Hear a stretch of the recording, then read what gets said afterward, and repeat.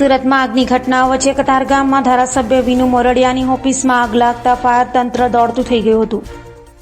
સુરતમાં આગની ઘટનાઓ બની રહી છે ત્યારે ભાજપના કતારગામ વિધાનસભાના ધારાસભ્ય અને માજી રાજ્યમંત્રી વિનુ મોરડિયાની ઓફિસમાં આગ લાગી હતી. સિંગણપોર 4 રસ્તા નજીક કંકાવટી એપાર્ટમેન્ટમાં આવેલ વિનુ મોરડિયાની ઓફિસમાં આગ લાગતા અફરાતફરી મચી ગઈ હતી.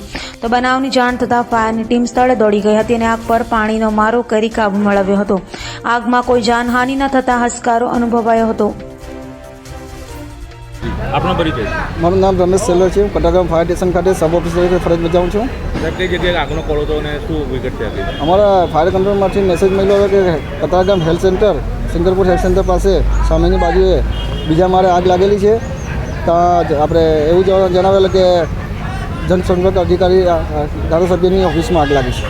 કઈ રીતે આગ લાગી હતી અને કઈ પ્રકારનું નુકસાન થયું? ચાલો અહીંયા આવીને એવું જાણવા મળ્યું. અમે પાર્ટીને પૂછતા તો એવું કીધું કે અમે સવારે જેવું ઓફિસ ખોલીને એસી ચાલુ કરી તેમાં બ્લાસ્ટ થયો છે ને તેને લીધે આગ લાગી છે.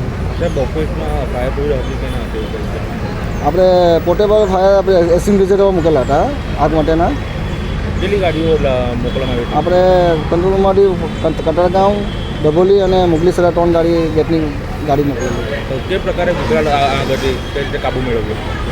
આગના એટલે એસીને લીધે બ્લાસ્ટ થયો એવું જણાવેલ પણ અંદર ફર્નિચર, એસી, કોમ્પ્યુટર બધું હતું એને લીધે આગ જલ્દી પકડાઈ ગઈ હતી.